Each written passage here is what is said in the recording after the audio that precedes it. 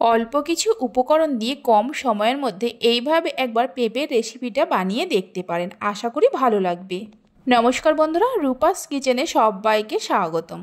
তাহলে চলুন দারুণ স্বাদের পেঁপের রেসিপিটা দেখে নেওয়া যাক। শুরু থেকে শেষ পর্যন্ত দেখার জন্য আপনাদের কাছে অনুরোধ রইল। এখানে একটা বড় সাইজের পেঁপের খোসা ছাড়িয়ে নিয়ে এই রকম ছোট ছোট করে কেটে ভালো করে ধুয়ে নিয়েছি।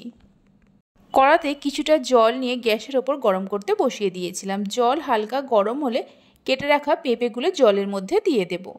হাফ চামচ নুন দিয়ে দেব। গ্যাসের ফ্লেমটা হাইতে করে পেঁপেগুলোকে মিনিট 3-4 সময় ধরে ভাপিয়ে নেব। পেঁপেগুলোকে হালকা করে ভাপিয়ে নেওয়া হয়ে গেছে। এবার জল ঝরিয়ে নিয়ে তুলে রেখে দেব। পেঁপেগুলো তুলে নেওয়ার পর ওই কড়াটা গ্যাসের ওপর বসিয়ে দিয়ে কড়ার মধ্যে দিয়ে দেব 2 চামচ সরিষার তেল। তেল গরম হলে তেলের মধ্যে দিয়ে দেব হাফ চামচ কালো জিরে আর 2টো শুকনো লঙ্কা। শুকনো লঙ্কা দুটোকে ছোট ছোট করে কেটে নিয়েছি। মিডিয়াম ফ্লেমে ফোড়নটাকে 10-12 সেকেন্ড ভেজে নেব। ফোড়নের থেকে যখন সুন্দর গন্ধ বেরোতে শুরু করবে ভাপিয়ে রাখা পেঁপেগুলো দিয়ে দেব। পেঁপেগুলো দেওয়ার পর এর মধ্যে সামান্য হলুদের গুঁড়ো দিয়ে দেব আর স্বাদ মতো নুন দিয়ে দেব। পেঁপে ভাপিয়ে নেওয়ার সময় নুন দিয়েছিলাম, তাই নুনটা বুঝে দিতে হবে। হাই ফ্লেমে পেঁপেগুলোকে মিনিট 2-3 সময় ধরে ভেজে নেব। 2-3 মিনিট ধরে পেঁপেগুলোকে ভেজে নেওয়ার পর এর মধ্যে 2টো কাঁচা লঙ্কাকে কুচিয়ে নিয়ে দিয়ে দেব।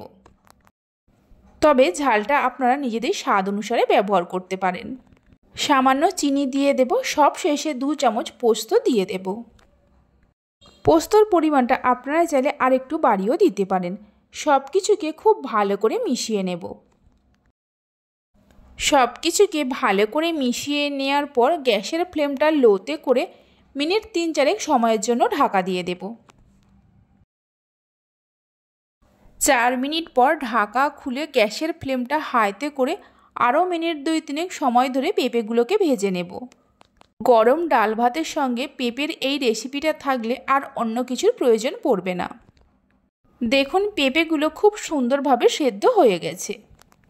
হাই ফ্লেমে মিনিট 2-3 ভেজে নেওয়ার পর গ্যাসের ফ্লেমটা বন্ধ করে দিয়ে গরম গরম পরিবেশন করুন। খেতে অসম্ভব ভালো লাগে।